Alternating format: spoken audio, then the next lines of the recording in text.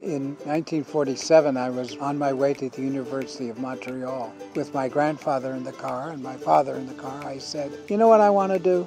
I want to open a school for young children on a farm so they can be happy, and I think that'll be a great thing for me to do in my life's career. And then we searched for property, and then finally we drove in the driveway of Green Chimneys. We got 75 acres of land. And by the time I graduated college in May of 1948, we were ready to go, and we opened a school.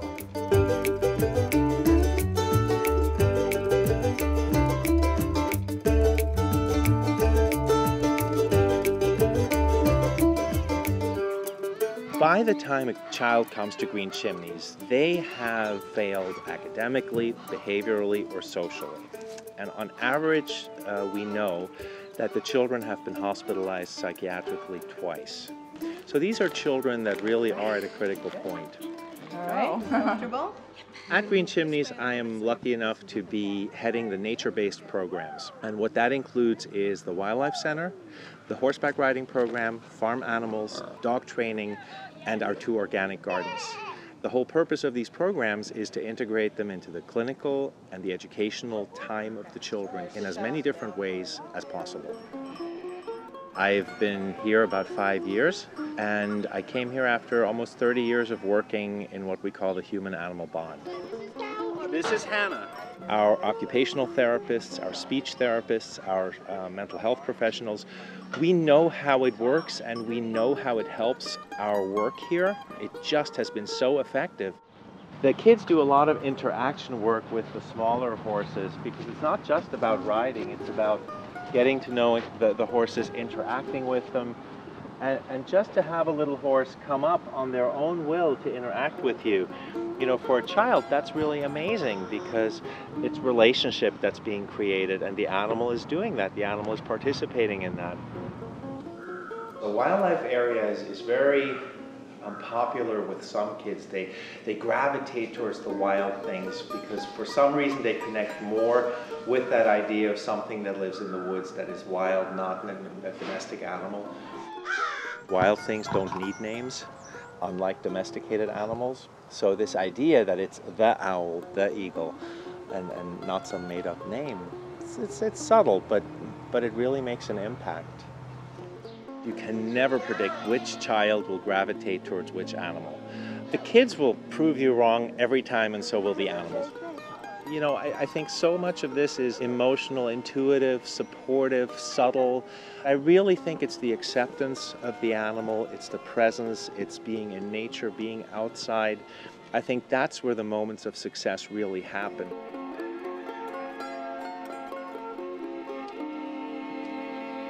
For most of our children, the presence of the animals sets a tone for the program.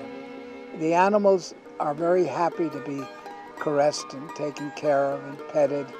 And I think that the children get the idea that here they are in a leadership role, that they can really impact the life of that animal. The teenagers work and train our service dogs. We start setting goals very early in the class. This puppy, by the time December rolls around, has to know 35 commands. So by the child seeing how the dog learns, it helps them to calm themselves down and become better teachers. And that becomes very instrumental in the child's learning down the road.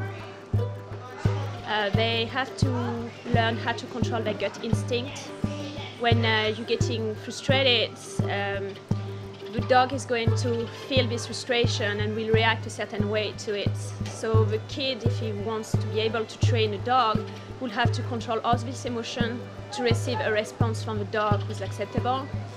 The kids learn how to control all these emotions. That's it, honey. Heel, heel. I hope the animals bring to them a sense of belonging, a sense of responsibility in caring for them, and that as they care for them, they realize that the animals also return this through love and attention to them. And they're learning the skills of becoming parents themselves and being future citizens. I think the animals bring that to them. There you go. In 1995, There was a TV segment aired in Japan that was on Green Chimneys. And it was a story about a child who was attached to the animal and how animal healed the child. And when I saw it, I had to quit my job in Japan, apply for an internship, and then I moved here in 1997. I came here the first day. I was told to walk a horse. I've never walked a horse before. And the first day I walked a couple horses, met a couple kids. I just thought this was just the best thing in the world that I've ever done. Green Chimneys has about 650 great people who work in all of our different programs. And most of them are drawn to Green Chimneys because they sincerely want to do something good in their life. They want to contribute. Joe has been here many, many years. This is Pete, one of our volunteers. Paul, it's Colleen and Susan. When you come here, your interest is focused bigger than it might have been where you came from. It's all centered around the children and the animals. Every animal has a story who comes to Green Chimneys. He is a llama that actually was trained to be a therapy animal. And both him and Lily go into nursing homes, and they're actually trained to kiss people.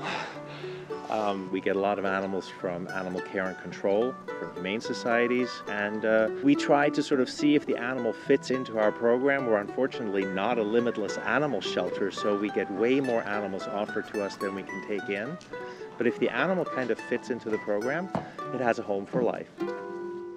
The first thing that students do when they come back to visit, no matter how old they are, they head up to the barn to see the animals, and many times they ask, where is a particular animal? And they're really surprised to see that the animal is still living a good life. I got a phone call from a young man who said he was in medical school and he had been a Green Chimneys student. And then he sort of talked about a sheep that he worked with when he was a student here, and he said, you know, Hazel was the greatest, but I'm sure she died a long time ago. I right away said, Hazel, black and white sheep, and said, that sheep is still here. And he was totally emotional, and what that really showed is the strong connection that these animals have on the kids. And when he came for a visit the week after, you know, he couldn't remember the names of his teachers, his therapists, he barely knew any of the people. But it was the sheep that he remembered. Animals never judge you and never think about your story. They have no clue what had happened before. It's all about now. How do you react and how do you feel right now? They don't lie. You know, like every day the kids taught me something different, horses taught me something different. So, you know, like every day I learned something, and every day right now I'm still learning something. You know, so many of the children today grow up in shopping malls, they grow up on the computer, playing video games, and unfortunately have so little access to the natural world. So just here, having them experience the seasons and taking care of the animals and learning that nature takes time and that instant gratification isn't part of growing a tomato. You know, you need to wait months. Those are the lessons that frame their time at Green Chimneys, and our staff actually benefits from that too. My hope for the future is that we will be able to export this idea to both the public schools and to private schools and to children's homes throughout the world. You don't have to have the extensive animal collection that we have, but you can get some kind of an animal program going. Children like animals, and what we want to do is build up on that and make sure that they understand why the animals need their care. The rehabilitation of the birds is an important part of our program. That's wildlife. What happens is that as the bird is ready to be released and a child is ready to go home, the child releases the bird with the staff, and we all wish the bird well, that he will be able to sustain himself in the wild, and at the same time we're saying that you will do well and that you'll have the strength to continue and be a wholesome adult.